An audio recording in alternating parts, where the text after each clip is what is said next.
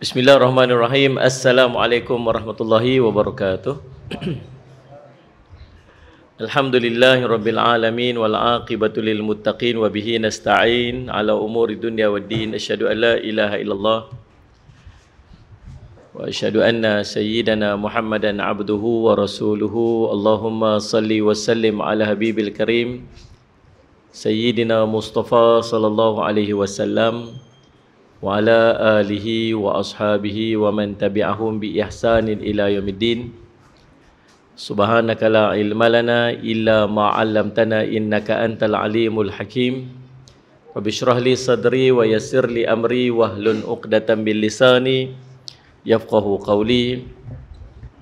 Bismillah ma syaa Allah la yasuqul khair illa Allah ma syaa Allah. La yasrifu su'a illallah ma syaa Allah. Ma kana min ni'matin fa min Allahi ma syaa Allah. Wa la hawla wa la quwwata illa billah al-aliyyil azim. Bismillahilladzi la yadurru ma'asmihi syai'un fil ardi wa la fis sama' wa huwas sami'ul alim. Bismillahilladzi la yadurru ma'asmihi syai'un fil ardi wa la fis sama' wa huwas sami'ul alim. Bismillahilladzi la yadurru ma'asmihi syai'un fil ardi wala fis sama' wa huwas sami'ul alim. Na'udzu bi kalimatillahi tammati min syarri ma khalaq. Na'udzu bi kalimatillahi tammati min syarri ma khalaq. Na'udzu bi kalimatillahi tammati min syarri ma khalaq. Allahumma inna na'udzu bika minal barasi wal jununi wal judam wa min sayyi'il asqam. Allahumma inna na'udzu bika minal barasi wal jununi wal judam wa min sayyi'il asqam.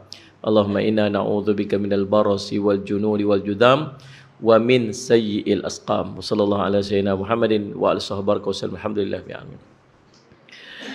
Alhamdulillah, pertama-tamanya kita panjat puji dan syukur kepada Allah SWT dengan limpah kurnia, inayah dan taufik si Allah kita dapat sama-sama pada pagi ini di dataran ilmu at-taqwa.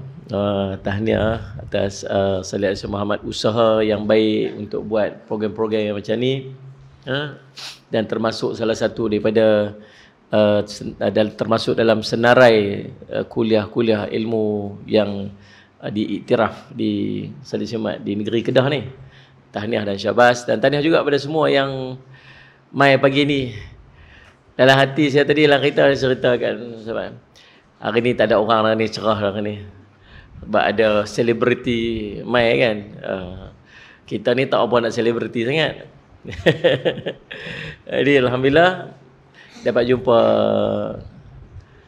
sihat dulu lah. Alhamdulillah, Sayyidina Syekh Muhammad, insyaAllah mudah-mudahan jadi manfaat. Salih ala Syekh Muhammad. Jadi subhanallah, kita nak bincang tentang akhir zaman. Kita ni memang umat akhir zaman dah. Memang umat akhir zaman dah. Akhir zaman ni, kalau cerita akhir zaman ni, bila Allah utuskan khalifah di muka bumi ni, Nabi Adam AS keluar daripada syurga, duduk di muka bumi ni, maka bermulalah fasa akhir bagi dunia ni.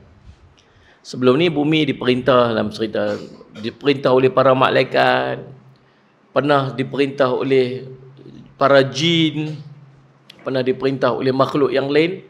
Kemudian manusia ni peringkat yang paling last lah, yang last sekali. Daripada yang last pada umat manusia ni, Salih ala Sayyidina Muhammad, ada umat yang paling akhir. Nabi kata, aku Salih ala Sayyidina Muhammad adalah Nabi yang terakhir, dan kamu adalah umat yang terakhir. Jadi Salih ala Sayyidina Muhammad, bila kita umat yang terakhir ni, maksudnya tak ada umat dah lepas pada kita ni. Salih ala Sayyidina Muhammad, tak ada umat dah. Salih ala Sayyidina Muhammad lepas pada kita. Lepas pada masuk kiamat lah. Kelahiran Nabi SAW, Salih ala Sayyidina Muhammad, kelahiran Nabi SAW merupakan tanda kiamat yang antara kiamat, tanda kiamat terawal. Kewafatan Nabi SAW itu merupakan salah satu daripada tanda kiamat. Nabi kata, aku dan kiamat ni kahatain, di antara dua jari ni. Dua jari ni maksud tak ada apa dah di antara dua ni. Tak ada apa pun yang ada di antara, maksud tak ada tembok dah.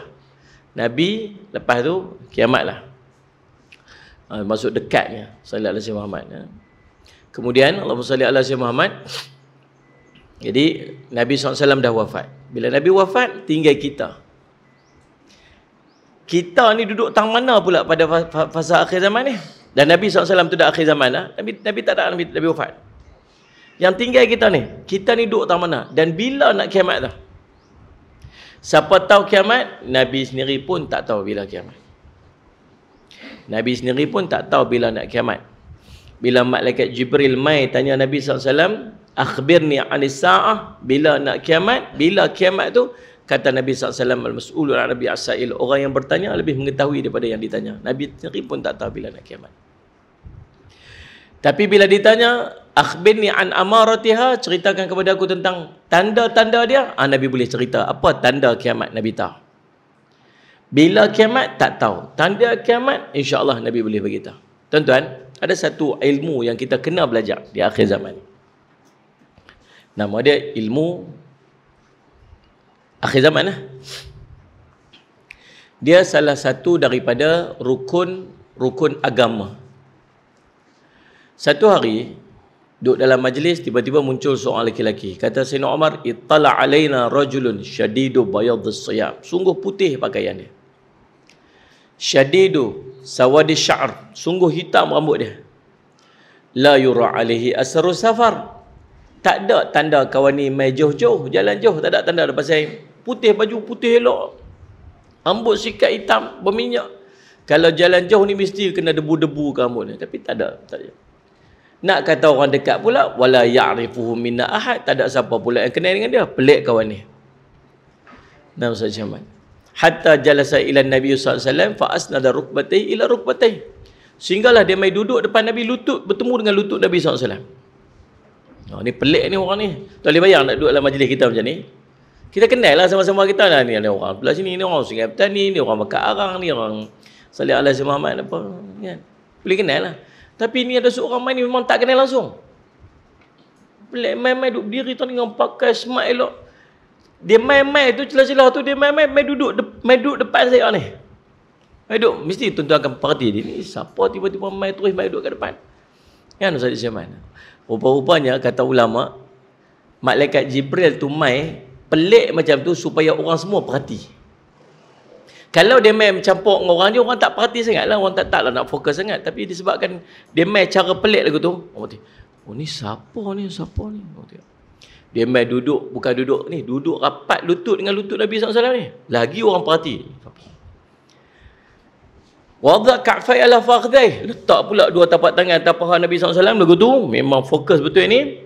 Semua orang perhati, tengok aja.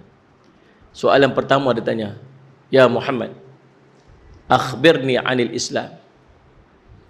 Dia panggil Muhammad, dalam hadis yang disebut Muhammad. Ya Muhammad, akhbirni anil Islam. Wahai Muhammad, ceritakan kepada aku tentang Islam. Nabi pun ceritalah Islam, 5 rukun Islam. Ni asas ni, benda paling penting dalam agama kita ni, rukun Islam. Nombor 1. Bila Nabi jawab je 5 rukun Islam, dia kata, sadaqta. Kamu benar, kamu betul. Lagilah orang kat bawah tu pelik. Weh, dia ni, dia tanya, lalu dia pula jawab pula ni, betul salah ni. Oh, dia ni orang ni bukan jalan-jalan orang ni. Lepas tu, kata Sayyidina Umar, fa'ajibna lahu yas'aluhu wa yusaddiquhu. Kami pun pelik dengan dia ni. Dia tanya, dia pula apa betul. Soalan kedua, akhbirni anil iman. Ceritakan kepada aku tentang rukun iman. Nabi cerita 6 rukun iman. Dia kata lagi, sadaqta, kamu benar. Soalan ketiga, dia tanya, akhbirni anil ihsan. Ceritakan kepada aku tentang ihsan. Lalu Nabi kata apa? Anta'budallaha ka'annaka tarahu fa illam takun tarahu fa innahu yaraka. Kamu ibadat pada Allah seperti mana kamu nampak Allah, tapi kalau kamu tak nampak Allah, ingat Allah tengok kamu. Penting tak benda ni? Penting. Itu syarat penerimaan amal. Ya. Rukun Islam, rukun iman, ihsan. 3 benda penting. Soalan keempat dia tanya, yang ni pelik sungguh. Dalam banyak-banyak soalan dia tanya apa? Ya Rasulullah, ya Muhammad, akhbirni anis sa'ah. Ceritakan kepada aku tentang kiamat. Pelik banyak benda lain yang boleh tanya. Pasal apa tanya tentang kiamat? Nabi pun jawab, orang yang bertanya lagi mengetahui daripada orang yang ditanya. Maksud Nabi berkata, dia pun tak tahu tentang kiamat. Lalu Sayyid Simad, dia sambung lagi, dia tanya, ya Muhammad, akhbirni an amaratiha, ceritakan kepada aku tentang tanda-tanda dia. Yang ni baru Nabi jawab, antalidal amatu rabbataha, kamu melihat seorang, salli ala Sayyidina Muhammad, Allahumma salli ala Muhammad, ibu melahirkan tuan-tuan dia. Wa antaral hufatal uratil yasya'i yatatawwaluna fil bunyan, kamu melihat orang yang tidak berpakaian, tidak berkasut, pengembala kambing, berlumba-lumba membina bangunan-bangunan yang tinggi. Dua daripada banyak-banyak salli ala Sayyidina Muhammad tanda-tanda kecil kiamat, Nabi jawab dua. Kemudian dia tu pun pi.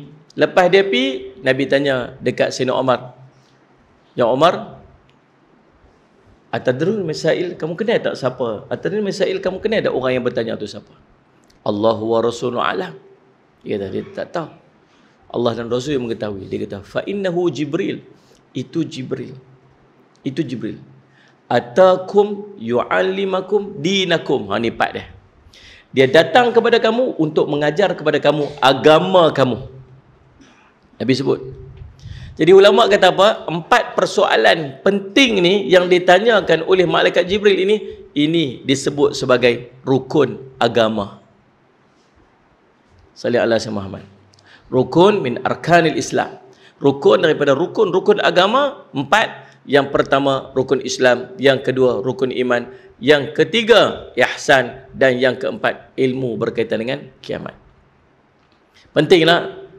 Penting sangat. Pasal apa? Pasal ada daripada umat Nabi Muhammad yang akan berhadapan dengan fitnah akhir zaman.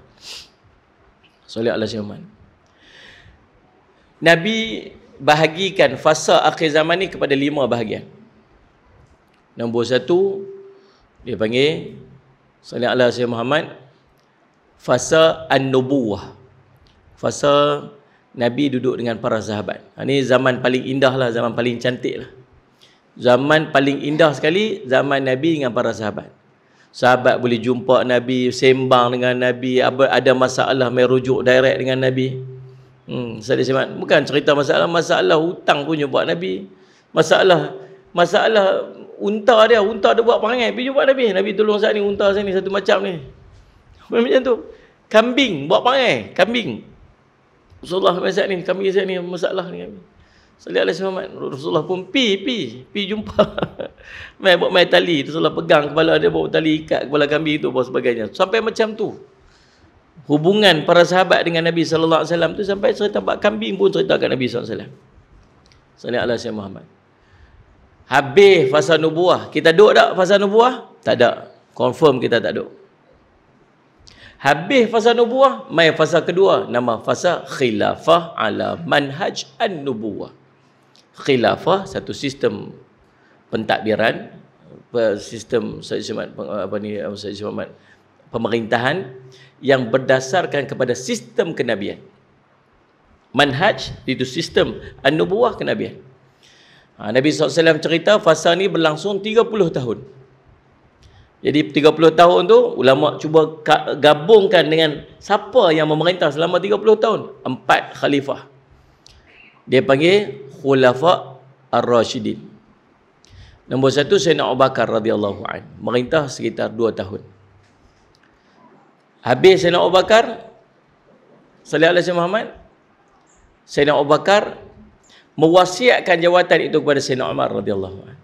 Wasiat jawatan sallallahu alaihi Muhammad, Sayyidina Umar naik, sallallahu alaihi Muhammad memerintah sekitar 10 tahun. Sallallahu alaihi Muhammad. Lepas Sayyidina Umar dibunuh, Sayyidina Umar kena bunuh, sallallahu alaihi Muhammad naik yang ketiga Sayyidina Osman radhiyallahu anhu, dan Sayyidina Osman juga dibunuh. Naik yang keempat Sayyidina Ali radhiyallahu anhu juga dibunuh. Dahsyat no, kita cerita no. Sahabat-sahabat Nabi yang hebat-hebat semua kena bunuh.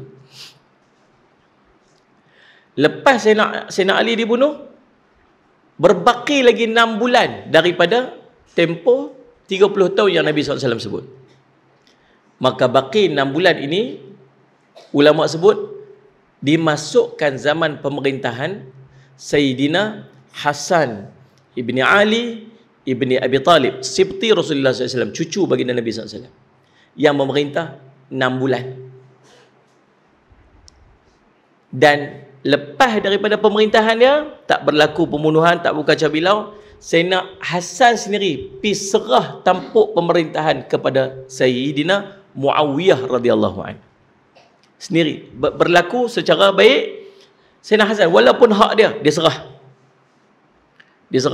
Maka berlaku tampuk. Sebab apa? Untuk mengelakkan waktu tu dah berlaku fitnah yang sangat besar, orang Islam sama orang Islam pun dah berperang sebagainya. Untuk mengelakkan perpecahan ini makin besar, maka diserahkan dan Muawiyah naik jadi khalifah. Waktu tu orang Islam dah kembali tenang.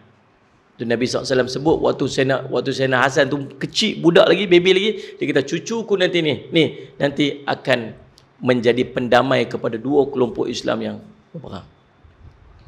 Maka saya Muhammad habis fasa khulafa ar-rasyidin ataupun fasa khilafah ala manhaj nubuwah, kita tak duduk, habis. Mai fasa ketiga. Ya, fasa kedua, pertama pun kita tak duduk, fasa kedua pun kita tak duduk. Mai fasa ketiga. Fasa ketiga dia bagi mulkan adhan, kerajaan yang menggigit. Kita pun baca, study, dengar kuliah tazkirah. Apa maksud kerajaan yang menggigit? Dua maksud. Yang pertama, jawatan tu dia tak mau lepas. Dan jawatan itu diperturunkan kepada keluarga. Turun. Tapi jangan sangka buruk dengan para sahabat. Ini pesan guru saya. Kata, pasal apa Muawiyah dia turunkan jawatan itu kepada anak dia? Tak buat perlantikan macam sebelumnya. Guru saya pesan, Ustaz Ahmad Ali boleh. Dia kata, jangan ada sangka buruk dengan para sahabat. Mungkin ijtihad dia waktu tu, dan itulah ijtihad dia yang terbaik. Kita tahu dia sahabat Nabi. Sayyidina Muawiyah walaupun ada kesilapan ke ada apa-apa sebab dia manusia biasa, tetapi dia masih di kalangan sahabat Nabi SAW, dan dia merupakan salah seorang daripada penulis wahyu tu, Quran yang kita duk baca tu. Jangan main-main. Salih Azim Muhammad, hebat. Maka apa yang berlaku kita tak tahu. Yang kedua, kata ulama, yang maksud menggigit ni apa? Dengan maksud betapa susahnya nak berpegang dengan sistem macam yang Nabi bawa dulu ni. Mereka nak beramal macam sunnah tu, tapi susah sangat sampai terpaksa menggigit macam gigit geraham. 3. Dia fitnah ni dia makin besar. Pecahnya pintu fitnah ni dengan kematian Sayyidina Umar radhiyallahu anhu. Huzaifah al-Yamani, dia ni penyimpan rahsia Nabi SAW. Semua rahsia Nabi SAW semua dia tahu. Salah satu daripada rahsia yang dia tahu Huzaifah al-Yamani ni ialah siapakah senarai orang munafik yang ada pada zaman Nabi SAW. Dia tahu nama. Tahu siapa bertanya? Sayyidina Umar pun sendiri bertanya, wahai Huzaifah, nama aku masuk tak ke dalam tu? Dia tu sahabat dijamin syurga lah, tapi takut masuklah senarai orang munafik tu. Dahsyat. Dan salah satu rahsia yang disimpan oleh Huzaifah al-Yamani ialah nama seorang sahabat yang dengan kematian dia, pintu fitnah dia akan pecah. Kata ulama, pecah dengan maksud bukan terbuka. Kalau terbuka boleh tutup balik. Bila pecah tak boleh tutup dah. Maksud fitnah ni dia akan makin membesar, makin besar. Kata Huzaifah, yang dimaksudkan oleh Nabi SAW itu ialah Sayyidina Umar radhiyallahu anhu. Bila Sayyidina Umar wafat saja, tuan-tuan tengok lepas pada tu, orang Islam sama orang Islam berperang. Fitnah sangat dahsyat. Habis fasa ketiga ni tuan-tuan, bila dengan tumbangnya kerajaan Islam yang terakhir tahun 1924, kerajaan yang terakhir kerajaan Osmaniyah habis, maka lepas pada itu tak ada lagi kerajaan Islam. Tak ada dah kerajaan Islam. Masuk fasa yang keempat, dia panggil Mulkan Jabari. Masuk Mulkan Jabari, kerajaan yang memaksa, kerajaan yang menekan. Salih ala Muhammad. Dia tak ada bincang lah macam dulu-dulu, macam pelantikan elok-elok, bertakwa pada Allah, apa semua. Tak itu. Suasana menyebabkan dia jadi macam tu. Kerajaan-kerajaan bergerak macam tu. Dan tuan-tuan, salih ala Muhammad, waktu ni akan berlangsung sampai bila? Sampai mai fasa kelima. Yang fasa kelima ni sama macam fasa kedua. Nabi sebut khilafah ala manhaj an-nubuwah. Balik macam fasa kedua lah ni. Zaman ni siapa perintah zaman ni? Zaman ni akan diperintah oleh Imam Al-Mahdi dengan combination dengan Nabi Isa AS. Okey, jadi kita faham dah. Fasa keempat, fasa ketiga kita tak duduk. Fasa kelima, Nabi Isa dah ada. Bila Nabi Isa dah ada, maksud dia apa? Kalau Nabi Isa dah ada, maksud dia Dajjal dah lepas. Kalau Nabi Isa dah memerintah, maksud dia Dajjal dah mati lah. Dajjal dah mati, Ya'juj Ma'juj dah selesai, Imam Mahdi lagi awal lah. Maksudnya, kalau orang yang melepasi, kalau orang sempat untuk berada bersama dengan Nabi Isa dalam pemerintahan dia waktu tu, maksud dia orang yang terselamat daripada fitnah Dajjal. Dia orang yang terselamat daripada fitnah Ya'juj Ma'juj dan perkara-perkara besar yang berlaku waktu tu. Maka dia akan duduk bersama Nabi Isa AS dan Imam Mahdi. Faham tak maksud saya? Dan pemerintahan itu akan berlangsung selama 7 tahun. Imam Mahdi akan memerintah 7 atau 9 tahun. Untuk Nabi Isa AS 7 tahun. 30 tahun, 33 tahun Nabi Isa diangkat, naik ke langit kedua. Waktu turun balik Nabi Isa, umur dia tetap 33 tahun. Dan Nabi Isa akan memerintah sekitar 7 tahun dan Nabi Isa akan wafat pada usia dia 40 tahun. Kubur dia siap dah, tepi kubur Nabi SAW. Salih Asman. Ini tuan-tuan, lepas daripada tu Nabi diam. Lepas Nabi sebut 5 fasa ni, Nabi diam. Maka ulama kata apa? Maksudnya lepas itu akan berlakunya kiamat. Okey. So maksudnya tuan-tuan faham kita ni duduk fasa ke berapa? Fasa keempat lah. So maksudnya bila fasa keempat ni, tak mustahil kita lah akan tengok Dajjal. Kita lah yang akan berjumpa, yang kita ada fitnah, yang munculnya Imam Mahdi, kita lah. Selamat tak selamat Dajjal tak tahulah ni. Kita lah yang akan berjumpa ni. Kalau kita selamat daripada Dajjal, kita akan berjumpa Nabi Isa. Salih Alaihi Muhammad. Kalau kita jumpa Nabi Isa, maksud kita akan berjumpa pula ni dengan Ya'juj Ma'juj. Ini semua proses dia. Ini fitnah-fitnah yang sangat dahsyat yang akan kita lalui. Tu takut sungguh tu sampai jatuh tong-tong. Ketak pegang perut itu. Nabi sebut tentang 3 bentuk, Nabi sebut tentang 3 bentuk fitnah yang sangat dahsyat. 3 bentuk fitnah. Dalam campur-campur fitnah ni ada 3 bentuk fitnah yang sangat dahsyat. Sayyid Muhammad. Sangat besar ular tu. Sangat dahsyat ular tu, budak tu kan. Yang ni sangat dahsyat. 3. Yang pertama nama dia Ahlas. Ahlas ni tuan-tuan akan berlaku 3 benda dalam Ahlas ni.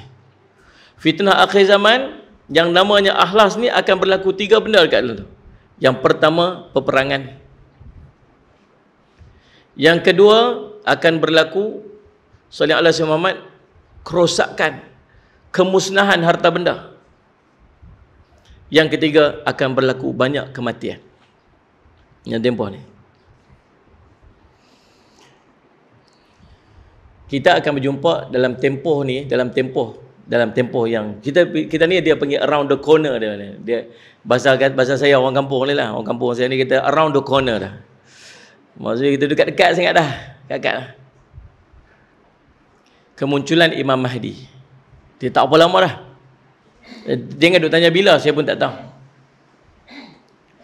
Tak salah duk pergi simpan beg lah, apa, simpan apa, beras lah, apa. Saya ni nak respon sikit lah pasal simpan beras ni. Nabi tak suruh kita simpan beras pun tuan. Nabi tak suruh kita simpan beras, tak suruh simpan makanan, tak suruh simpan beras. Nabi sebut bila berlaku keadaan-keadaan akhir zaman yang kita tak ada makanan, betul? Dia akan sampai waktu memang tak ada makanan langsung. Tak ada makanan, tak ada minuman, kita duduk dalam keadaan terlalu lapar waktu tu. Dua waktu, paling tidak. Waktu yang pertama, waktu Allahumma salli ala sayyidina Muhammad, waktu Dajjal. Waktu Dajjal memang tak ada makan. Saya parking kereta dia sekalian nak main kuliah, depa bawa makan dulu. Terus ada marah saya, depa suruh saya makan dulu. Kan? Nak cerita makan, dia kata ustaz hari ni depa buat kenduri ni, semua pekat-pekat makan, dapat makan semua makan. Dia kata alhamdulillah, makan. Sagi lepas kuliah makan lagi. Wah ni, kami ustaz-ustaz ni jenuh kelepiak tuan. Lepas kuliah, lepas ceramah pukul 10 malam tu dan ajak makan lagi. Kata tak yalah, saya tak mau makan malam-malam. Ustaz jangan buat itu. Kami orang kampung buat kenduri ustaz. Ustaz sekali ya ustaz makan lah, bukan selalu makan ni. Dia dah lah bukan selalu. Dia lah bukan selalu, kita tiap hari. Tu ya ustaz-ustaz semua ada sado. Kan? Lepas tu sado tu satu hal penyakit. Kan? Tapi akan ada sampai waktu nanti langsung tak ada makan. Langsung tak ada makan. Dan Nabi sebut makanan kamu waktu tu ialah zikrullah. Tasbih makanan kamu, tahmid makanan kamu, tahlil makanan kamu, takbir makanan kamu. Maksudnya orang tu dua keadaan Allah ulama sebut. Yang pertama, dia tak ada benda, dia bergantung sungguh dengan Allah. Dia lapang tu la ilaha illallah, la ilaha illallah. Dia berzikir tu sebab dia nak menghilang, bukan nak hilang, dia takkan hilang asal lapang tu tapi itulah macam kita lah bila kita duduk susah, ya Allah macam itulah. Dia tak nak Ustaz Simpan. Yang keduanya memang yang tu akan jadi makanan dia. Ada sampai orang ni dia dapat kelazatan daripada zikir tu sampai dia mengenyang kan dia. Tak tahu. Tapi situasi tu macam tu. Yang kedua waktu mana yang kita kelaparan sangat ni, yang tak ada makan ni, ni waktu Ya'juj Ma'juj. Sampai satu kepala lembu tu pun nilai ada berapa dinar. Kepala lembu punya mahal. Pasal apa? Dah tak ada makanan dah. Makanan orang waktu tu apa? Zikrullah. So maksud dia, kalau nak berlaku apa-apa nak jadi ni, bukan simpan, bukan catu beras, bukan simpan makanan. Zikir kamu kena jaga. Zikrullah kena jaga. Jaga hubungan kita dengan Allah. Ambil wirid-wirid tertentu untuk kita amal. Doa-doa yang kita kena jaga. Pasal yang tu makanan kita nanti ni. Tu ingat tu elok. Saya dah faham. Ada orang telefon saya ni, Ustaz, Assalamualaikum Ustaz. Waalaikumsalam. Ni kami dah siap-siap dah Ustaz ni. Siap apa ni? Siap dah beg, baju, beg semua siap dah apa semua. Siap nak pergi mana ni? Nak pergi cari Imam Mahdi. Ni betul-betul ni telefon saya. Dia kata, betul Ustaz, kami ada grup WhatsApp ni Ustaz. Semua dah ready dah, tunggu arahannya nak pergi ni. Ada orang kami akan jumpa orang kat sini, nak pergi jumpa berhimpun tentang Petronas mana. Dia apa kat saya? Saya tanya kat dia, Imam Mahdi dah ada dah kan? Tak ada lagi lah Ustaz tu nak pergi cari tu. Tak ada lagi nak pergi cari buat apa? Tapi sekali bila dia ada, apa pergi? Tuan-tuan, baru ni saya pergi Yaman. Daripada Allahumma salli alaihi wasallam, daripada sallallahu alaihi wasallam Yaman nak balik nak pergi ke Kahirah, sallallahu alaihi wasallam Muhammad, sebab transit kat Kahirah, saya melalui kawasan tanah Jazirah Arab. Siang saya boleh nampak bawah. Waktu terbangnya siang. Sallallahu alaihi wasallam berlepas daripada Yaman tu pukul 7 pagi lebih kurang. So, waktu terbang tu kita nampak padang, tengoklah cermin kat bawah. nampak di tengah-tengah padang pasir tu, benda hijau bulat-bulat. Tumpuk ni, tumpuk bulat. Kita daripada atas kita nampak tumpuk tu kecil. Pelik apa benda ni? Takdirnya sebelum saya pergi tu, saya tertengok satu news, satu berita. Seorang cerita tentang Arab Saudi, apa yang Arab Saudi sedang buat. Arab Saudi dia ada Vision 2030. Kita Vision 2020. Lepas dah. Kita dah nampak dah tu yang kita nampak kereta terbang, kereta gunung. Ni lah betul kan? MyV lah kerja terbang tu, MyV lah.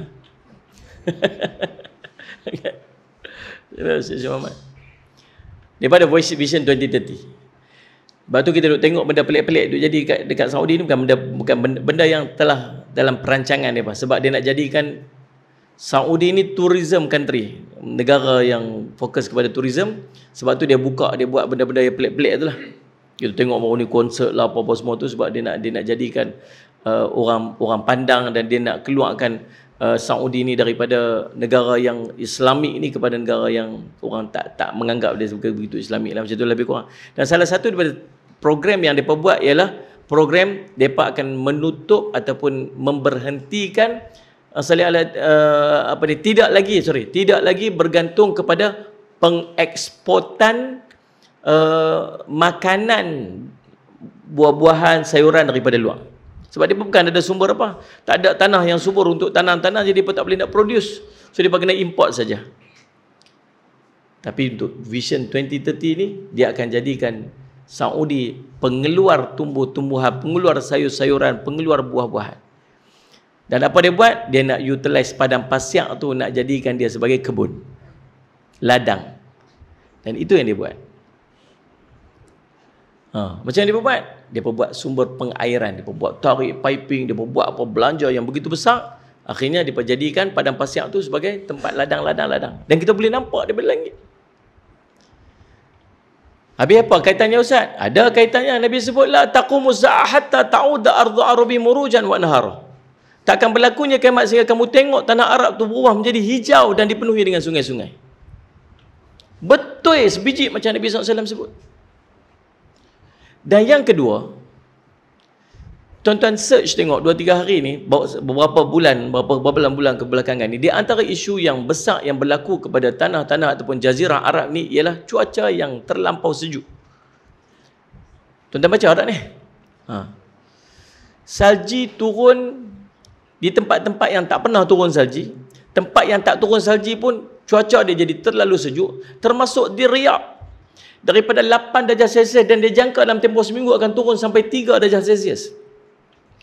Di gurun Sahara ada salji. Di gurun ada salji. Salih Muhammad. Di Tabuk ada salji. Memang ada salji dah. Beberapa tahun kebelakang ni dah memang ada salji dah. Salih Muhammad. Betul? Bila ada salji, maksud dia ada ayak. Dia akan cayak. Bila cayak, lepas daripada musim salji, dia akan ada musim bunga. Kan? Salih Muhammad. Itu tuan-tuan tu. Dan yang paling real sekali tuan-tuan ialah telah sekarang ni wujud perbalahan apa sebagainya yang kita duk tengok di antara kepimpinan mereka tu. Dan Nabi SAW sebut tentang Imam Mahdi akan muncul dalam range time tu. Bila Imam Mahdi muncul, yang nombor satu, Imam Mahdi dia tak mengaku Imam Mahdi lah. Imam Mahdi dia tak mengaku dia Imam Mahdi. Kalau yang mengaku Imam Mahdi tu bukan Imam Mahdi tu. Cek dah tengok. Dia mungkin goreng char kway teow kat pasar malam kat rumah kita. Nama-nama dia Imam Mahdi. Atau dia memang Imam Mahdi tapi dia imam masjid kampung. Saya Imam Mahdi. Betul lah Imam Mahdi tapi dia imam masjid kampung pula. Salih Muhammad dia nama dia Mahdi, dia tu betul imam. Tapi Imam Mahdi yang betul ni dia tak mengaku dia Imam Mahdi. Dan nama dia bukan Imam Mahdi, nama dia bukan Mahdi. Nama dia Muhammad bin Abdullah. Salih ala Muhammad. Al-Alawi, Al-Fatimi, Al-Hasani. Demikian ulama sebut. Nama dah clear dah.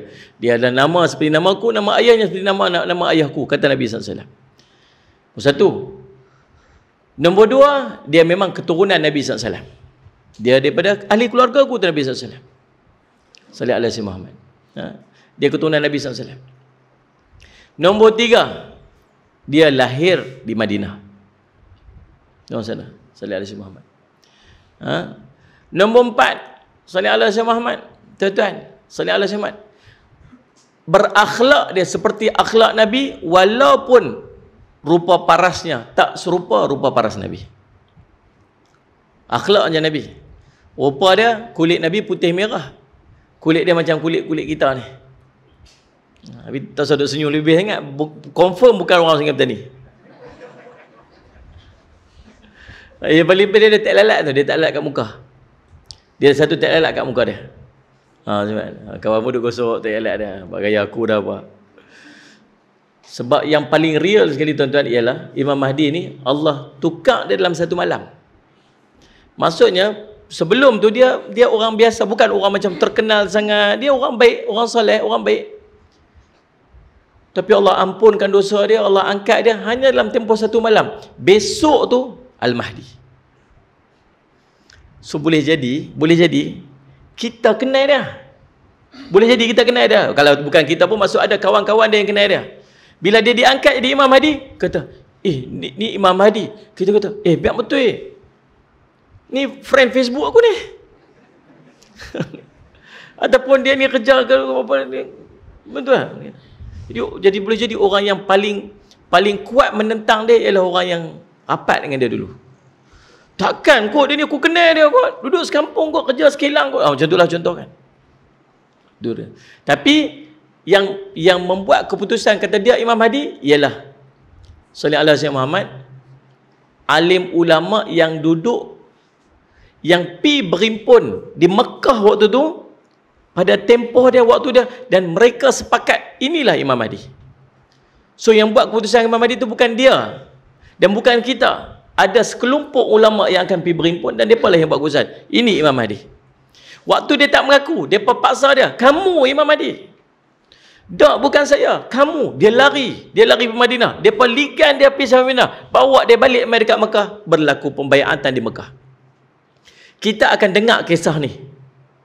Bila sampai waktu dia nanti, kita akan dengar kisah ni. Oh, dah telah dibai'ah Imam Mahdi. Kita dengar kecoh lah, apa semua sebagainya. Dua aja antara kita percaya dengan tak je waktu tu.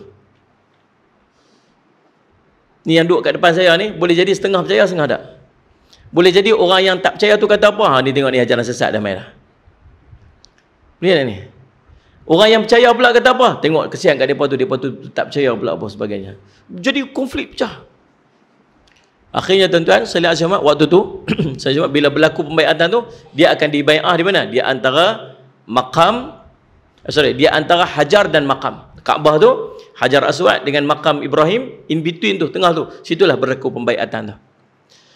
Dan bila berbai'ah, dia akan bergerak naik. Bergerak pergi ke Syam. Dia akan bergerak pergi ke Syam. Pasal apa bergerak pergi ke Syam? Sebab pada zaman pemerintahan Imam Mahdi, pusat pentadbiran Islam sedunia ialah di Baitul Maqdis. So Baitul Maqdis akan makmur waktu tu. Kita semua ni akan pergi Baitul Maqdis. Pusat pemerintahan Islam kat situ. Dan dalam perjalanan itu, dalam perjalanan kelompok Imam Mahdi yang kecil dengan alim ulama nak bergerak ke atas tu, tentera-tentera yang dah siap bersedia untuk berbai'ah dengan Imam Mahdi mula turun. Dan akhirnya mereka berjumpa di satu tempat, maka berlakulah pembai'atan ataupun bergerimpunnya semua grup ni, tentera-tentera yang membawa bendera hitam. Bila kita dengar kisah ni, bila kita tahu dah kisah ni, siap, waktu tu kena ready. Pemimpin-pemimpin kita yang ada dekat sini akan bawa kita untuk pergi jumpa mereka. Siapa pemimpin kita tu? Jemaah-jemaah Islam lah. Sebab waktu tu tak ada jemaah dah. Ada satu saja jemaah Islam. Kita sebut jemaah ke, kita sebut parti ke, kita sebut apa, kelompok lah, satu kelompok Islam.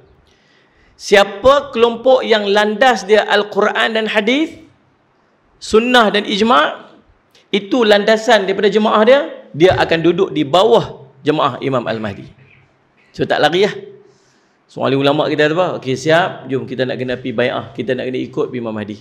Waktu tu tuan-tuan yang duduk kat sini semua kena tinggal ni, tinggal rumah, tinggal kenderaan, tinggal apa, tinggal, kita kena pergi bai'ah dengan Imam Mahdi. Sallallahu alaihi Muhammad. Nah, kena pergi ikut Imam Mahdi, pergi jumpa dia. Sallallahu alaihi Muhammad.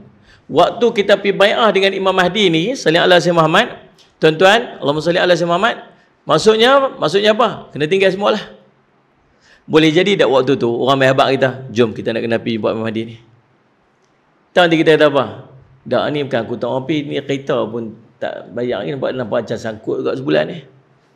Lepas PKP itu moratorium tu dah baru sangkut ni, dengan kerja pun tak apa nak ada, dengan duit pun tak apa nak masuk ni, berniaga pun tak apa nak pergi, macam mana aku nak pergi ni? Faham tak faham tu? Tuan-tuan, agak-agak ni yang kita duk ada, yang ramai-ramai ni duk ada ni, berapa kerat yang sanggup untuk tinggal semua dan dia pergi. Sedangkan dia kena pergi. Bukan cerita Imam Mahdi, masjid pun tak pergi lah ni. Baru masih majlis, ada orang mesej semalam saya. Ustaz, saya nak tanya ni, saya susah hati ni pasal apa? Jiran sebelah rumah saya ni berapa lama dah tak pergi masjid? Bukan cerita pergi semayang. Semayang Jumaat. Semayang Jumaat pun tak pergi, berapa lama dah ni? Pasal apa? Pasal dia tak setuju dengan vaksin. Ini semua agenda Yahudi. Saya kata, kalaulah vaksin tu agenda Yahudi, memang betul dah lah. Dialah orang terawal kena agenda Yahudi tu sebab dia tak pergi masjid. Betul kan? Saya simak. Allah simak. Tuan-tuan, salat semua. Jadi, dan Nabi sebut dalam bay'ah tu, Nabi kata apa? Ataituhum walau habwanu ala salj. Datangilah dia walau kamu terpaksa merangkak atas salji. Nabi sebut. Takkah nampak macam related dan macam ada dia punya apa? Dia punya link dia. Pasal apa? Terjawablah kita, pasal apa lah ni negara Arab duk turun salji. Nabi sebut, kamu datangilah mereka walau kamu terpaksa merangkak atas salji. Saya Muhammad. Tak tahu, Allah alam. Tapi bila berlaku pembaiatan tu, kita kena ingat, berlaku apa? Kita akan bergabung dengan tentera Rom. Bani Asfal, Bani kelompok kuning tu, Asfar. Dia kelompok Rom lah, orang Rom lah. Bila kita bergabung, kita perang, kita berperang, kita akan perang dengan musuh tentera Rom, orang Rom, dan diberikan kemenangan. Bila menang, orang-orang Rom ni pula bawa dia punya apa? Bawa salib dia. Kemudian dia kata, salib inilah telah memberikan kemenangan kepada kita. Lepas tu ada orang Islam yang pergi approach dia, dia bunuh orang Islam tersebut. Maka waktu tu kita pula berperang, kita pula berpecah dengan kelompok Rom ni, dan kita pula salih Allah Muhammad perang pula dengan kelompok Rom tersebut. Yang kelompok Rom itu ada 12 panji perang. Pada setiap panji perang ataupun batalion itu ada 80,000 tentera.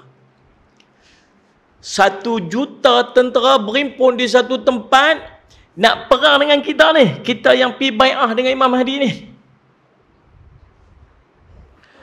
Nak perang ni. Masuk kena ready lah. Bukan cerita perang, tangpi Imam Mahdi pun tak lepas dah. Cerita tadi kan, kita tak bayar telefon, tak settle lagi rumah, nak tinggal, kerja tak boleh tinggal. Kalau dia tinggal Ustaz, tinggal yang dia boleh pergi ikut Imam Mahdi. Kita pergi ikut Imam Mahdi, nak kena perang pula ni. Siapa? Kita mana duk reti-reti perang semua. Dia nak Ustaz Muhammad. Salih Muhammad. Ni macam ni. Kalau suruh pergi perang kau dah ni. Buat betul ya. Nak pergi perang ni? Tak betul Ustaz. Saya dia ke apa? Cik manis Ustaz. Apa? Ustaz, Allah Ustaz bukan tak mau pergi Ustaz, tapi itulah lutut ni kuk-kerak ni. Takkan ke mana Ustaz perang ni? Aduh, subhanallah. Ustaz perang dah Ustaz, dalam kuliah pun saya lena Ustaz. Allah. Tapi kenapa perang?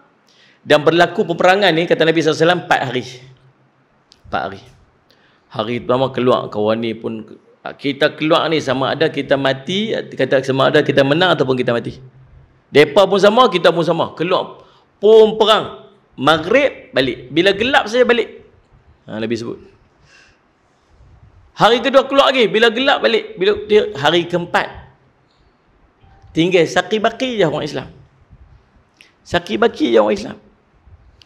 Bila tinggal saki-baki orang Islam ni, baru Allah bagi kemenangan. Daripada 100 orang, seorang aja selamat. La haula wala quwwata illa billah. Ni Dajjal tak muncul lagi ya? Ni belum Dajjal lagi. Ni baru zaman Imam Mahdi. Dia yang pekat duk excited sangat nak tunggu Imam Mahdi ni. Dia tak tahu apa yang akan berlaku bila Imam Mahdi muncul ni. Nak cari Imam Mahdi, cari Imam Mahdi, cari Imam Mahdi. Cuba tanya, imam kampung hang nama apa? Tak tahu. Nak cari Imam Mahdi, imam kampung tak kenal. Tuan-tuan sekalian Allah Syekh Muhammad. Bila perang tu, kita akan pecah pada 3 kelompok. Yang dalam perang tu, yang pergi perang sekali dengan Imam Mahdi tu, pecah pula pada 3. Nombor 1, golongan yang syahid. Mati lah. Allah terima. Allah terima perjuangan mereka, mati syahid. Kelompok kedua, Saqi Baqi yang Allah berikan kemenangan. Mereka menang. Lepas mereka menang ni, mereka ni lah yang akan jumpa Dajjal nanti, yang akan ikut Nabi Isa. Grup ni lah. Yang akan jumpa Nabi Isa mereka ni lah. Kelompok ketiga, siapa? Kelompok ketiga ialah orang yang lari daripada perang dan di kalangan mereka ada yang murtad. Padahal dia duduk sekali dengan grup Imam Mahdi tadi. Tuan-tuan, kalau macam ni, dahsyat tak fitnah dia? Dahsyat tuan-tuan, dahsyat ni. Ni kita ni tak ada apa ni. Macam kita ni tak ada apa lagi lah. Yang duk main ke depan ni lagi dahsyat ni. Saudara Muhammad. Maka waktu tu harta banyak melimpah ruah. Harta rampasan perang melimpah ruah, harta warisan melimpah ruah, tapi tak ada nak bagi kat siapa? Sebab orang tak ada. Waris tak ada, orang tak ada tu. Habis tak ada. Pasal apa tak ada? Mati habis. Tinggallah Saqi Baqi orang Islam. Dalam Saqi Baqi orang Islam tu tuan-tuan, salli ala Sayyidina Muhammad, Allahumma salli ala Sayyidina Muhammad. Maka baru mai dengar pula tu nak turun Dajjal. Habis itu yang pertama, Ahlas. Yang kedua, Duhaima. Duhaima ni peringkat kedua. Selepas selesai Ahlas ni mai peringkat kedua, nama Duhaima. Duhaima ni tuan-tuan ada salli ala Sayyidina Muhammad, maksud dia gelap gelita. Nabi sebut tentang salli ala Sayyidina Muhammad, Allahumma salli ala Sayyidina Muhammad. Fitnah akhir zaman ni dia akan main seperti mana kepingan malam yang gelap. Dahlah malam, gelap pula. Malam pun dah cukup dah. Malam kalau kita keluar malam-malam tutup lampu tak buka rumah, langgap pokok jumlah orang. Pasal apa? Gelap. Tapi Nabi tambah pula dengan salli ala Muhammad, gelap di belakang. Dahlah malam, gelap pula. Itulah keadaan fitnah akhir zaman. Dan fitnah Duhaima ni semua orang akan kena. Semua orang akan kena. Bukan Duhaima. Yang kedua, Sarra. Minta maaf patah balik lah. Sarra. Yang pertama namanya Ahlas, yang kedua Sarra. Sarra ni lepas Ahlas perang habis, mai Sarra. Sarra yang kedua ni tuan-tuan, salli ala Sayyidina Muhammad, ada 3 keadaan yang akan berlaku. Nombor 1, ada seorang daripada keturunanku, kata Nabi SAW. Dia Ahlul Bait. Ada seorang daripada keturunanku, salli ala Sayyidina Muhammad, Allahumma salli ala Sayyidina Muhammad, yang Allahumma salli ala Sayyidina Muhammad, kata Nabi SAW, yaz'umu minni wa laysa minni. Dia daripada keturunanku tapi dia bukan daripadaku. Maksud dia bawa kesesatan. Dia keturunan Nabi tapi dia bawa sesat. Dan ramai orang ikut dia. Ini kelompok pertama. Macam mana jadi? Tak tahu, Allahu a'lam. Kita belum sampai waktu tu. Nah, saja. Yang kedua, daripada Saqi Baqi orang Islam tu ada tu, tuan-tuan, Allah buat apa? Allah kembalikan kepada dia kekayaan pada bumi. Dah habis perang kan? Waktu ni bangunan pun mula naik balik kan, orang pun dah tak apa ramai, jadi salli ala Sayyidina Muhammad, harta benda pun jadi banyak, minyak pun muncul balik, dapat balik apa semua sebagainya. Maka waktu tu salli ala Sayyidina Muhammad, kekayaan harta ni Allah limpahkan balik dekat depa. Semua pekat dapat balik. Dan bukan setakat tu. Bila dapat semua kekayaan, harta benda apa sebagainya, salli ala Sayyidina Muhammad tuan-tuan, Allahumma salli ala Sayyidina Muhammad. Waktu tu yang ketiga, apa yang akan berlaku? Kita waktu tu akan mengangkat seorang pemimpin daripada kalangan kita, orang yang paling bodoh. Kita sendiri angkat. Kita tahu dia terkenal dengan kebodohan dia. Dia terkenal dengan tak pandai dia, tak reti dia, tapi kita angkat dia. Jadi apa yang akan berlaku? Dia akan merosakkan kita.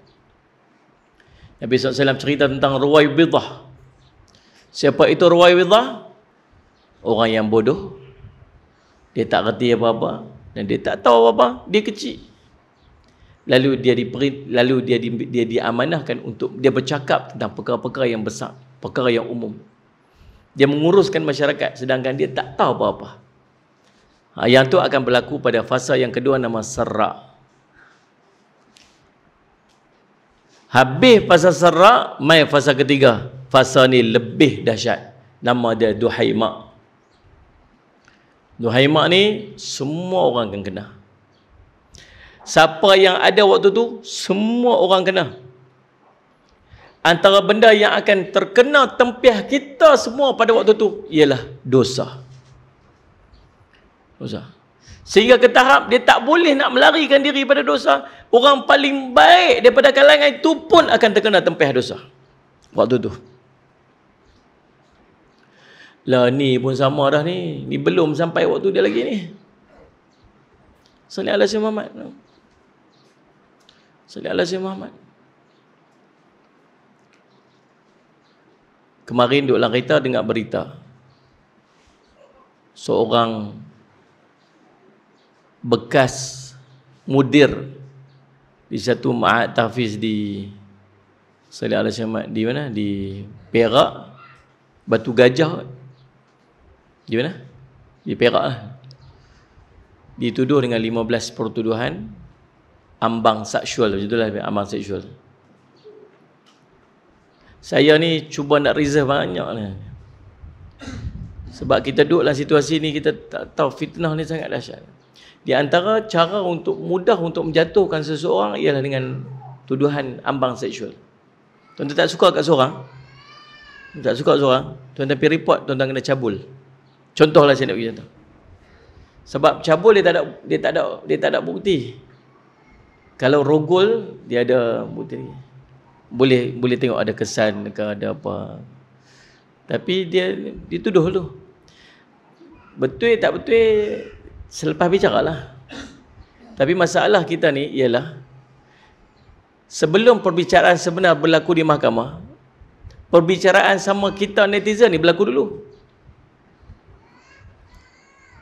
Dan siapa yang menghukum bersalah? Kita dah hukum orang bersalah dah, padahal dia belum tentu salah lagi. Contoh kan. Dia ni kita tak tahu dia buat betul ke tak betul, saya tak tahu. Tapi bila saya tengok berita tadi, ada berita masuk dalam surat khabar online, komen di bawah tu semua dah hukum dia salah. Betul tak? Kalau tuan-tuan tuduh orang berzina, sedangkan tuan-tuan tak tahu kata dia berzina ataupun tidak, tuan-tuan layak untuk dikenakan hukuman qazaf 80 sebatan. Sebab menuduh orang berzina tanpa saksi. Betul tak? Kalau betul pelaksanaan ini dilaksanakan, beratus bahkan mungkin beribu orang yang dah siap ready untuk terkena hukuman qazaf ni daripada komen-komen yang dia buat. Seolah macam tu orang tu dah buat lah. Sallallahu alaihi Muhammad. Dan bukan setakat tu, sallallahu alaihi Muhammad. Tak apa di dunia dia selamat, dia boleh cakap apa dia suka, tapi di akhirat tetap dia akan kena. Baru ni ada, ni saya bagi contoh-contoh yang berlaku lah ni. Sebab tu tuan-tuan, kalau tuan-tuan tak tahu, tuan-tuan jangan sebut apa-apa. Diam sudah. Bukan kita menyokong apa. Kita tak menyokong. Kalau dia salah, hukum dia. Tapi bukan kita nak tentu dia salah ataupun tidak. Biar mahkamah tentu dia salah ataupun tidak. Kan?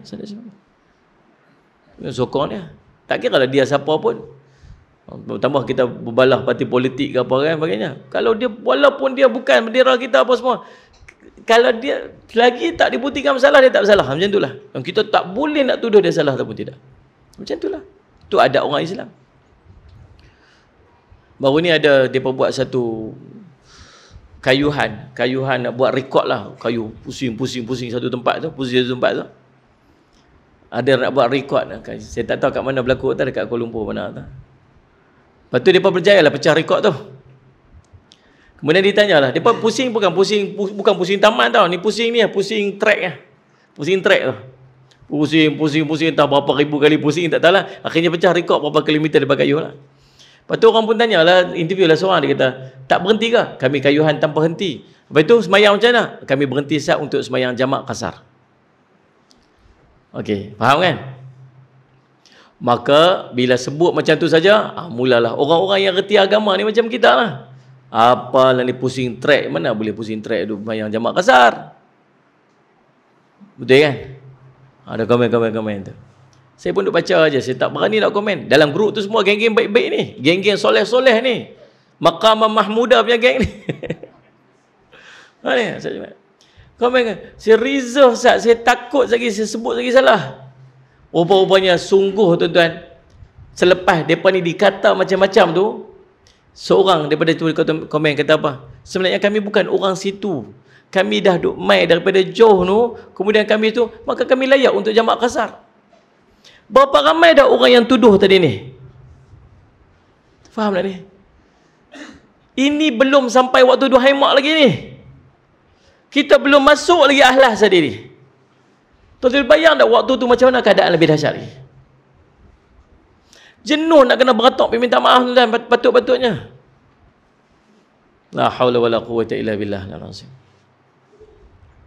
Jadi waktu tu semua la tad'u ahadan min hadhil ummah, tak ada seorang pun daripada ummah tu, melainkan semua orang akan kena.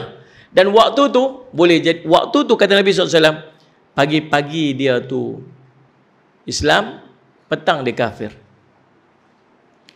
Petang dia Islam, pagi dia kafir. Tuan-tuan, bila berlaku yang ni, esok fantadhirud dajjal minal yaumi au ghadan. Kamu akan tengok waktu tu Dajjal akan muncul, sama ada hari ni ataupun esok. Bila jadi yang ni, tak jadi apa? Jadi hari tu tuan-tuan akan tengok, kata esok ni esok Ahad hari ni Sabtu kan. Esok Ahad Dajjal nak keluar. Hari ni tuan-tuan akan tengok ni dua kelompok macam ni, dua kelompok ini pecah dua macam ni. Satu kelompoknya orang beriman dan tak akan ada satu pun orang munafik kat dalam dia. Satu kelompok lagi orang Islam, orang kafir dan orang munafik, dan tak ada seorang pun orang Islam duduk dengan dia. Dia bukan kata macam ni, bukan nak beratok ni hang orang Islam duduk ni hang orang munafik. Tak, hati dia akan bawa dia pi untuk duduk dalam grup tu. Hari tu, esok Dajjal akan muncul. Tuan-tuan, bila berlaku akhir zaman ni, peristiwa-peristiwa akhir zaman ni, ada beberapa keadaan yang iman kita ni, kita boleh berusaha untuk mempertahankan iman kita. Sebab cerita fitnah akhir zaman ialah ujian-ujian iman. Ujian iman. Ada keadaan-keadaan pada fitnah-fitnah akhir zaman ni, kita boleh berusaha untuk pertahan iman kita. Ada satu keadaan lagi yang Allah menentukan kita sama ada kita beriman ataupun kita kafir. Bila berjumpa Dajjal, ni ujian iman. Salih Allah Syekh Muhammad, ujian iman. Dia mai kat kampung kita. Kita tengah lapang. Dia kata, ana rabbukum, aku Tuhan kamu. Ana rabbukumul a'la, aku Tuhan kamu yang sangat tinggi. Kita kenal dia Dajjal. Tambah kita orang Sungai Petani, kita kata Dajjal sungguh. Dajjal ni. Memang kenal. Rambut kerinting tebal, pakai jubah, mata sepek sebelah, mata buta sebelah, tulis kafara kat dahi, memang terang real. Dekat dahi ni memang terang-terang tulis kafara, semua orang kerti baca. Badan dia bongkok, tangan dia bengkok, memang dia ni macam orang cacat. Nabi gambarkan. Nak bagi tahu, kata walaupun dia menguasai dunia, tapi dia tak boleh nak buat apa dengan tubuh badan dia. Bahkan kafara kat dia pun dia tak boleh padam. Dia main-main ni tuan-tuan, memang confirm kenal dia Dajjal. Nak ikut tak malong? Tak. Ladak lah. Tapi waktu dia main tu, semua pakat nak ikut dia. Bukan sebab nak ikut dia, terpaksa ikut dia. Orang paling ramai sekali ikut orang perempuan lah. Pasal apa? Bukan sebab segak ke, handsome ke. Ada orang tu disebut kata, Dajjal ni handsome, dia kata. Saya pun garuk kepala, handsome tak mana Dajjal agak. Dajjal ni, kita ikut dia pasal orang perempuan ni hati dia lembut. Duk fikir anak tak makan, keluarga tak dapat makan, anak duk teriak susah. Salih Muhammad. Maka itulah pengorbanan seorang ibu. Tak apalah, mak kena pun tak apalah, asalkan. Macam tu. Waktu tu kita semua susah kan. Dajjal akan buat main ni. Satu api yang menyala-nyala tu, satu lagi ayak yang sejuk. Nabi kata apa? Api itulah ayak, ayak itulah api. Dia bawa syurga, dia bawa neraka. Neraka itulah syurga, syurga itulah neraka. Pi kat api itu, pejamkan mata, pi selam kat dah, itu ayak. Nah, ingat tu. Bila Dajjal main bawa api dengan ayak, kita nak pergi kat mana? Kuat sikit nak pergi kat mana? Sembang. Api Ustaz. Bila main tengok dengan api, poprak-poprak duk berjalan dengan hangat apa semua. Nak pergi kat api? Ustaz pergi kat api dengan Ustaz. Sana hari tu Ustaz Jafri cerita aja, tak betul tak ada. Yang ni mah api betul-betul kat depan ni. Tu dia panggil cabaran iman. Nabi kata api itulah ayak. Nabi kata. Tapi yang duduk depan kita memang betul-betul api. Benda zahir dengan benda iman. Agak-agak nak kalah yang mana? Tu ujian. Tapi boleh jadi kita lepas. Boleh jadi kita lepas. Faham tak ni sahabat? Tapi ada berapa waktu? Ada 4 waktu yang bukan kita buat decision. Bukan kita yang buat keputusan sama ada kita beriman ataupun tidak. Allah akan buat. Yang pertama, waktu mana? Tulu' asyamsi min maghribiha. Naik matahari sebelah barat. Bila naik matahari sebelah barat, orang beriman tetap beriman dah. Orang kafir habis dah. Dia kufur habis dah. Tak boleh nak apa betul dah. Yang kedua waktu mana? Waktu dabbatul ard. Mai binatang melata. Dia tiga ni dia mai serentak. Tapi kurang serentak. Naik matahari sebelah barat, dabbatul ard dengan dukhan. Dia akan mai dalam tempoh yang serentak. Bila dabbatul ard mai, dia mai cok kat diri kita ni. Dalil dabbatul ard ni dalam Quran. Dalil Quran. Tukallimuhum, dia bercakap dengan manusia. So kita akan jumpa. Kalau kita ada waktu semua, kita akan jumpa dengan dabbatul ard ni. Setiap orang, dia tak ada orang yang akan terkecuali. Mesti jumpa dengan dia. Dia mai. So, kita tahulah dia binatang. Berbulu, kaki 4, ada tanduk. Cuma beza dengan binatang ni, dia boleh bercakap je. Dia bercakap dengan kita. Dalam riwayat tu cerita ada seorang tu, dia tak pernah duduk dengar dabbatul ard ni. Bila dia tengok ada dabbatul ard muncul, dia takut, dia ketak. Binatang apa, dia nak lari. Bila lari-lari tengok dabbatul ard tu berjumpa dengan seorang. Dia nampak daripada jauh. Binatang dabbatul ard tu main elok-elok kat dia, lepas tu pergi tanda kat dia berubah orang dia jadi putih. Dia kata, oh rupanya binatang ni bukan nak buat apa, dia nak buat gitu je. Dia pun berhenti. Tahu Nabi kata apa dia buat apa? Dia semayang. Dia angkat Allahu Akbar, dia semayang. Dabbatul ard tu main depan dia, kata, baru hari ni yang nak semayang. Lebih kurang betul lah. Kemudian ditanda pada orang tu dan berubah orang tu jadi hitam. Bila tanda orang tu jadi hitam, maksud dia orang kafir. Tapi persoalan kita, kalau dia kafir, takkan dia sembahyang? Kalau dia kafir, dia tengok orang tu kena, takkan orang kafir nak sembahyang? Maksudnya boleh jadi orang ni dia berasa kata dia beriman, tapi sebenarnya dia dah kufur. Faham tak? Sebab Nabi sebut akhir zaman ni, iman akan keluar pada hati manusia ni macam anak panah keluar pada busur dia. Punya laju, picup, dia pun tak tahu kata dia tak ada iman dah.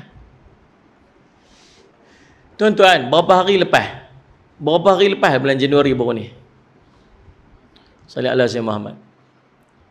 Ada satu sambutan yang kita tak pernah dengar sebelum pada ni. Nama dia Sambutan Agama Sedunia. Tuan-tuan tahu tak? Tuan-tuan memang tak tahu jenis, tak ada handphone, tak ada WhatsApp, pegang tasbih Allah memang tak tahu ya. Saya nak abang lagi. Baru-baru ni kita pun tak nak dengar. Saya pun baru first time dengar. Rupanya perayaan ni semenjak tahun 1950 lagi. Berlaku di Amerika Syarikat, diasaskan oleh puak-puak Bahai. Tapi pertama kali buat masuk kat Malaysia, dan yang mengucapkan itu ialah orang Islam. Selamat menyambut Hari Agama Sedunia. Dia tulis. Orang Islam. Dan orang yang selalu bercakap agama. Lepas orang tegak-tegak dah hantam dia, akhirnya dia kata, saya minta maaf sebab orang dah banyak berburuk sangka, maka saya tarik balik. Tapi dia macam itulah. Tuan-tuan sekalian Allah Muhammad, kalau tahun ni kita first time dengar, mustahil tak 10 tahun akan datang kita semua akan bercuti untuk sambut hari perayaan dunia agama sedunia. Mustahil tak? Tak berani nak angguk. Saya nak tanya tuan-tuan, dulu-dulu zaman saya baru sambut birthday ni lah. Terima kasih atas ucapan semua. 46 dah tahun ni. Anak baru 8. Dah handbrake tak tarik lagi. Cucu seorang. Alhamdulillah. Sallallahu alaihi wasallam. Tuan-tuan, sallallahu alaihi Muhammad. Dulu mana makcik pernah tengok dah dulu anak-anak apa ni, kawan-kawan kita waktu muda-muda dulu pakai baju Santa Claus, pernah tengok tak? Pernah tengok ada orang dulu apa ni pakai baju sami, pakai baju sambutan raya orang-orang bukan Islam, ada tak? Tak ada ah. Lalu depan Tok Kom pun dia tak mau. Betul tak ni? Tak mau aku. Saya kapiak. Minum ayak botol ni. Minum ayak botol ni. Hanya arak jadi arak. Tak mau. Kita dulu. Sebab kita menganggap bahawa itu adalah perayaan agama dan siapa pun tak boleh dia pergi buat panggil macam pasal jadi macam depa. Betul tak ni? Lah ni, pergi tengok. Anak-anak kita pakai baju Santa Claus. Anak-anak kita pakai, bila masuk di Pavali, dia pakai baju perayaan orang agama Hindu. Perayaan agama-agama ni macam tak ada apa. Agama tuan-tuan tak boleh. Man tasyabi qaumin fahuwa minhum. Siapa yang menjumpai istiqamah maka dia masuk dalam kelompok mereka. Baru ni kecoh pasal cuci kuil tu. Jenuh kita nak berbetul. Bila kita berbetul, kita pula salah. Saya kena. Kita cuma habaq hukum aja. Saya tak sebut pun nama siapa-siapa. Tajuk saya ialah apa hukum pergi cuci rumah ibadat orang lain. Pasal apa kena sebut? Pasal orang buat. Kalau dia tak buat, kita sebut. Awak waktu mereka tak buat, tak sebut. Dan mereka tak buat, kita sebut apa? Kita pun tak tahu kata ada orang agama nak pergi cuci kuil. Bila kita sebut, kita kena teruk. Sayyidina Muhammad, la haula wala quwwata illa billah. Dan Sayyidina Muhammad, jadi tak mustahil satu hari nanti, na'udzubillah min zalik, kita kata kita orang Islam, tapi atas toleransi agama kita sanggup buat benda-benda yang agama orang lain buat. Tak mustahil. Sallallahu alaihi Muhammad. Maka tuan-tuan, betul lah kata Nabi SAW, akhir zaman iman akan keluar daripada hati-hati orang ni macam anak panah keluar pada busur dia. Dan berapa ramai mungkin waktu tu dia rasa macam dia orang beriman, tapi tak ada iman dekat dia. Berapa dah tadi? Nombor 1, naik matahari sebelah barat. Nombor 2, dabatul ard. Nombor 3, salih semat dukhan. Dia akan main satu waktu azab dukhan ni asap. Asap dia punya pekat ni sampai kita rasa macam duduk dalam azab. Berapa lama kita tenggelam dalam dukhan ni? 40 hari. 40 hari. Sesak nafas, nak tarik nafas tak boleh, nak lepas tak boleh. Waktu tu orang Islam dengan orang kafir ada tanda. Orang kafir dia akan keluar cecair daripada hidung dia, daripada telinga dia ni. Nampak teruk sungguh. Sampai keluar macam cecair, keluar ni, kok hidung, kok telinga. Nampak macam azab sungguh. Orang beriman macam sesema je. Macam kena sema. So boleh tahu dah. Kau tengok teruk, nampak teruk ni, kafir tu. Boleh jadi duduk dalam rumah kita. Sama dengan Dabatul Ard tu. Dabatul Ard tu cerita, waktu berlaku Dabatul Ard tu, kita kat satu meja makan tu, ada yang hitam, ada yang putih. Ada yang hitam, ada putih. Dia tak boleh ubah dah. Bila cocok, Jadi hitam. Minta tukar boleh tak? Saya ni orang Islam ni. Tak boleh. Dan yang keempat, waktu mana tuan-tuan? Salih Muhammad. Yang pertama tadi, waktu naik matahari sebelah barat. Yang kedua, waktu Dabatul Ard. Yang ketiga, waktu Dukhan. Yang keempat, waktu mana tuan-tuan? Salih Muhammad. Waktu sehari sebelum Dajjal muncul. Waktu tu orang beriman dengan orang kafir akan dipisahkan dan mereka tak akan duduk setempat. Kalau beratur kita nak pergi bayar queue tu, nak pergi bayar queue untuk bayar dekat Tesco ke mana beratur tu, orang Islam akan duduk dengan orang Islam. Beratur tu orang Islam aja. Yang beratur ni orang kafir campur orang munafik. Orang munafik duduk dekat dengan orang kafir. Dan saya simak. Maka ini akan berlaku, kata Nabi SAW, bila berlaku saja perkara tersebut, maka kamu akan melihat, kata Nabi SAW, Allahumma salli alaihi fantadhirud dajjal, kamu akan menyaksikan Dajjal akan muncul, tak hari ni, esok. Inilah tuan-tuan, tiga momen ataupun keadaan akhir zaman yang akan berlaku. Ahlas, Duhaima dan Ahlas, Sarra dan Duhaima yang akan berlaku di akhir zaman, insya-Allah. Dan apa yang kita kena buat? Nombor satu, duduk dalam majlis ilmu. Ni paling tidak kita tahu juga apa-apa fitnah-fitnah yang berlaku pasal mai pagi ni. Kan? Kata, oh rupanya lagu tu Ustaz, oh rupanya lagu tu, baru kita tahu. Kalau kita tak tahu. Nak tahu tengok TV Al-Hijrah hari Jumaat 7.30 petang. Itu cerita akhir zaman. Hari ni bukan 5 petang lagi. Saya Muhammad. Hari ni punya episod cerita tentang tanda-tanda kiamat yang dah berlaku, yang akan berlaku, yang sedang berlaku dan yang telah berlaku, sedang berlaku dan akan berlaku. Hari ni pukul 5 petang tuan tengok TV Hijrah. Jangan duduk dalam majlis ilmu. Nombor 2, kita kena beramal dengan zikir-zikir dan doa-doa. Kena ada dah. Zikir-zikir, doa-doa yang jadi amalan kita sebagai persediaan nanti. Nah, dah sebut tentang tu, saya nak ijazah siap-siap lah. Ni tak teringat, ni tak plan. Ni dah dua-dua saya nak ijazahkan amalan dekat tuan-tuan. Ya, nama dia Wirid Rabbani. Wirid Rabbani ni dia ada 7 zikir yang tuan-tuan tolong amal tiap-tiap hari. Nah, nombor 1, a'udzubillahi minasyaitonirrajim sekali. Nombor 2, bismillahirrahmanirrahim sekali. Kemudian masuk 7 zikir. Zikir yang pertama, astaghfirullahalazim 100 kali. Astaghfirullahalazim 100 kali. Zikir kedua, Allahumma salli ala sayyidina Muhammad wa ala alihi wa sahbihi wa barik wa sallim. Allahumma salli ala sayyidina Muhammad wa ala alihi wa sahbihi wa barik wa sallim. Kalau tuan-tuan tak hafal ikut panjang sangat, tuan-tuan Allahumma salli ala sayyidina Muhammad, Allahumma salli ala sayyidina Muhammad.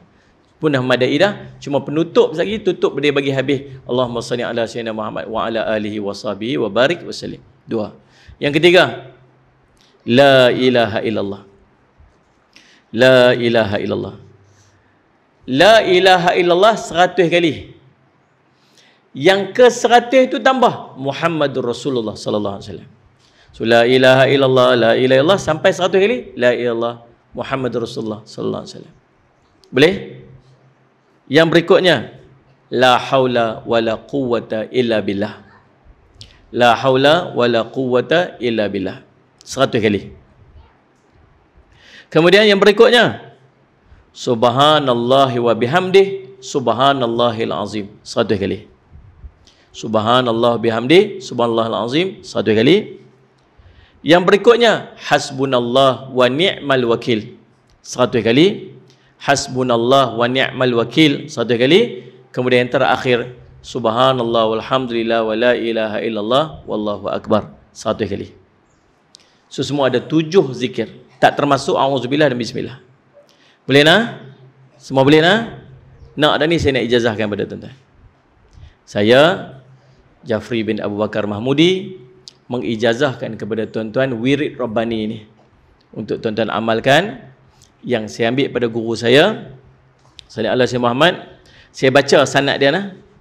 Saya ambil pada guru saya Ustaz Ma'nan bin Fadil, daripada Syekh Muhammad Dr. Muhammad Abdul Latif Saleh Falfuri, daripada Al-Makki Al-Ketani, daripada Muhammad bin Ja'far Al-Ketani, daripada Abdul Qadir Al-Faituri, daripada Zafir Al-Madani, daripada Al-Arabi Al-Darqawi, daripada Ali bin Al-Jamal, daripada As-Sayyid Al-Arabi, daripada Ahmad Al-Fasi, daripada Qasim Al-Qasasi, daripada Muhammad Al-Fasi, daripada Abdul Rahman Al-Fasi, daripada Yusuf Al-Fasi, daripada Abdul Rahman Al-Majzub, daripada Ali Ahsan Haji, daripada Ibrahim Al-Fahan, daripada Ahmad Zarruq, daripada Ahmad Al-Hadrami, daripada Yahya Al-Qadiri, daripada Ali Wafa, daripada Muhammad Berbit Asy-Syifa, daripada Daud Al-Bakhili, daripada Ibnu At-Ta'ilah As-Sukandari, daripada Abul Abbas Al-Mursi, daripada Abu Hasan As-Sazili, daripada Abul Hasan Al-Mursi, daripada Abu Hasan As-Sazili, daripada Abu Salam Al-Mashishi, daripada Abdul Rahman Al-Madani, daripada Abu Muhammad Saleh, daripada Abu Madian Shu'aib, daripada Abdul Qadir Al-Jilani,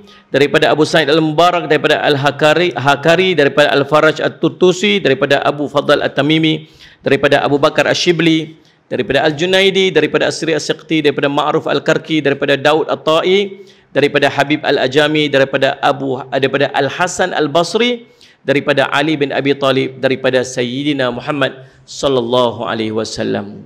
Saya ijazahkan kepada tuan-tuan beramal dengan dia, bertakwa kepada Allah, dan saya izinkan juga kepada tuan-tuan untuk sampaikan, lanjutkan sanad ni kepada orang yang lain. Saya orang yang ke-45, tuan-tuan orang yang ke-46 daripada Rasul sallallahu alaihi wasallam. Tuan-tuan sebut qabilna. Masya-Allah. Jadikan amalan kalau tuan-tuan nak sanad ni, ada sanad ni dekat dalam buku saya tu dekat belakang. Zikirnya pun ada dekat belakang. Insya-Allah tuan-tuan simpan elok sanad ni. Dia satu amalan yang kita ada sambung terus sampai Nabi SAW. Paling tidak ada amalan tu, kan? Bagi beramal tiap-tiap hari. Insya-Allah zikir. Yang ketiga, perbanyakkan doa. Kita kena ada doa-doa yang khusus yang kita kena buat. Yang keempat, salih asmat, jangan jauh diri daripada alim ulama. Tolong waktu ni waktu bukan jauh diri pada alim ulama. Sebab ulama Allah beri ilham. Dia tahu apa jalan, dia tahu apa yang berlaku, dia tahu. Allah bagi ilham kat dia sebab dia dekat dengan Allah. Kita jauh pada Allah, kita ni banyak dosa. Maka insya-Allah salli ala sayyidina Muhammad, Allahumma salli ala sayyidina Muhammad, kita dekatkan diri kita kepada Allah SWT. Mudah-mudahan jadi manfaat. Cukup sekadar tu untuk hari ni. Insya-Allah. Dan dekat belakang sana lagi, selain pada buku saya yang ada sanad wirid tadi ni, yang ni di antara benda yang saya buat, yang saya nak minta tuan-tuan tolong amal tiap-tiap hari. Ni ada susunan doa. Susunan doa ni ada 12 doa sebenarnya. Yang saya start doa ni semenjak daripada PKP hari tu. PKP awal bila kita duduk dalam wabak, kita takut sekali kita terkena dengan wabak ni. Maka tuan-tuan sallallahu alaihi wasallam, saya duduk setiap pada hari saya duduk beramal tiap-tiap hari. Tiap-tiap hari saya tak berani nak tinggal sebab kita ni ada kekuatan satu dan ada doa. Jadi lepas subuh, lepas maghrib duduk baca tak pernah tinggal. Tuan-tuan, saya cepat. Maka dalam ni saya dah susun ada doa-doa dia. Tiap lepas subuh buka baca satu sampailah dekat sini ujung ni ada 10 ayat terawal dan 10 ayat terakhir surah Al-Kahfi. Sallallahu Muhammad. Dan tuan-tuan, dalam ni ada satu doa, nama dia doa jauh mudarat. Bismillahilladzi la yadhurru ma'asmi syai'un fil ardh. Tuan-tuan semua saya ingat tuan-tuan hafal. Doa tu tuan-tuan beramal 3 kali pagi, 3 kali petang. Dan doa tu Allah takkan timpa mudarat langsung kat tuan-tuan sampai maghrib. Baca waktu maghrib takkan timpa mudarat sampai subuh. Tapi sahabat yang meriwayatkan hadis tu tiba-tiba dia lumpuh. Orang pergi ziarah dia, orang duk pergi tengok dia. Hang duk cerita baca amal ni tapi hang kena lumpuh. Dia kata aku tak menipu atas nama Nabi, aku tak menipu atas nama sahabat, cuma pada hari aku kena penyakit tu, hari tu aku tak baca doa tu. Jadi saya risau satu kadang-kadang. Bila kadang ada orang duk mai beritahu, oh dia ni positif, saya dirisau. Saya duk risau takut saya kena sama. Duk cari ada tak kod-kod ada waktu yang saya tak baca ataupun saya terlupa baca ataupun saya terlambat baca. Contoh macam maghrib masuk 7.30. Kadang-kadang kita baca doa ni pukul 7, pukul 8.30. Ada 1 jam gap tu. Waktu yang tak ada insurans waktu tu. Ni. Takut waktu-waktu tu kita kena. Maka masuk je maghrib, masuk je subuh, tuan-tuan terus baca doa-doa ni. Dalam ni ada doa Abu Darda pun ada. Doa Abu Darda ni, satu hari ada orang mai habaq kat dia, wahai Abu Darda, rumah hang terbakar. Dia kata tak, rumah saya tak terbakar. Satu kampung terbakar, rumah hang mesti terbakar. Tak, rumah saya tak terbakar. 4 orang mai habaq dia. Tak, rumah saya tak terbakar. Pi tengok rumah dia seorang yang tak terbakar. Pasal apa? Pasal dia beramal dengan doa nama doa Abu Darda, dan dia panggil apa? Yakin dengan doa tu. Samalah kita pun. Ada satu doa lagi dia, a'udzu bikalimatillahi tammati min syarri ma khalaq. Doa ni seorang sahabat Nabi SAW, dia tidur malam, dia kena sengat dengan kalajengking. Esok dia jumpa Nabi, Nabi kata, kalaulah kamu beramal dengan doa ni, saya sengatan itu tak akan menjadi pemudarat untuk kamu. A'udzu bikalimatillahi tammati min syarri ma khalaq. Kita pergi mana-mana, kita tak tahu apa yang duduk sekeliling kita tak tahu. Kita duk ingat orang tu okey, rupanya dia ada wabak dengan dia. Maka antara doa yang kita baca ialah a'udzu bikalimatillahi tammati min syarri ma khalaq. Jadi tuan-tuan, tak pening tak sudut cari, saya dah susun siap-siap dah. Cuma tiap-tiap pagi lepas subuh tolong baca satu sampai habis. Kemudian lepas maghrib pun baca satu sampai habis. Yang 10 ayat terawal surah terakhir surah Al-Kahfi tu baca sekali sehari cukup dah. Yang amal kita bagi tadi ni 700 tu buatlah pagi separuh, malam separuh ke, petang separuh ke, terpulang pada tuan-tuan, cuma habiskan 700 itu dalam tempoh sehari. Biiznillah. Kelebihan dia saya tak tahu nak cerita, tuan-tuan tunggu dan rasa sendiri. InsyaAllah. Cuma saya pastikan tuan-tuan beramal lah. Saya ucap terima kasih lagi sekali. Dan kok ada siapa-siapa nak ikut saya, kami nak pergi sambut tarawih di Masjidil Aqsa. Masjid Haram dah pergi dah, Masjid Nabawi pun pernah mayang tarawih dah. Tak pernah lagi mayang tarawih di Masjid Aqsa. Ni saya pun first time nak pergi mayang tarawih di Masjid Aqsa. Saya duk pergi banyak kali dah Masjid Aqsa, tapi tak pernah mayang tarawih lagi. Ni first time nak pergi, nak sambut 2 malam tarawih di Masjid Aqsa. Pergi seminggu awal jalan-jalan, pergi tengok apa macam-macam kita pergi, termasuk nak pergi Tasik Tabariyah yang kata Dajjal nak keluar tu. Tempat Dajjal kena bunuh semua kita nanti pergi. Dan termasuknya yang paling penting ialah nak pergi sambut tarawih di Masjid Aqsa. Kita boleh dapatkan maklumat kat belakang sana, insya-Allah. Salih Syekh Muhammad, jom pergi dengan saya, kita pergi menyambut Ramadan dan solat tarawih dan solat Jumaat juga di Masjid Aqsa, insya-Allah. Saya ucap terima kasih pihak penganjur, terima kasih semua yang sudi mai, penuh kerusi kita hari ni, alhamdulillah. Syekh Muhammad tak cukup kerusi ni, kerusi belakang tu pun duduk lagi, alhamdulillah. Tinggal tak duduk atas lantai je. Alhamdulillah. Kalau duduk atas lantai tu kau bau zakat lah. Terima kasih banyaklah, insya-Allah. Kita jumpa lagi lain masa ketika. Qul qouli hadza wa astaghfirullah li wa lakum. Wassalamualaikum warahmatullahi wabarakatuh. Bismillahirrahmanirrahim. Alhamdulillahirabbil alamin wassalatu wassalamu ala rasulil amin sayyidina Muhammadin wa ala sahbihi ajma'in. Allahumma faqihna fid din wa 'allimna ta'wil waj'alna min ibadikas salihin wahdinas siratal mustaqim. Allahumma arina haqqa haqqan warzuqna ittiba'ah wa arina batila batilan warzuqna ijtinabah. Wa sallallahu ala sayyidina Muhammad wa ala alihi wa sahbihi wasallam. Alhamdulillahirabbil alamin.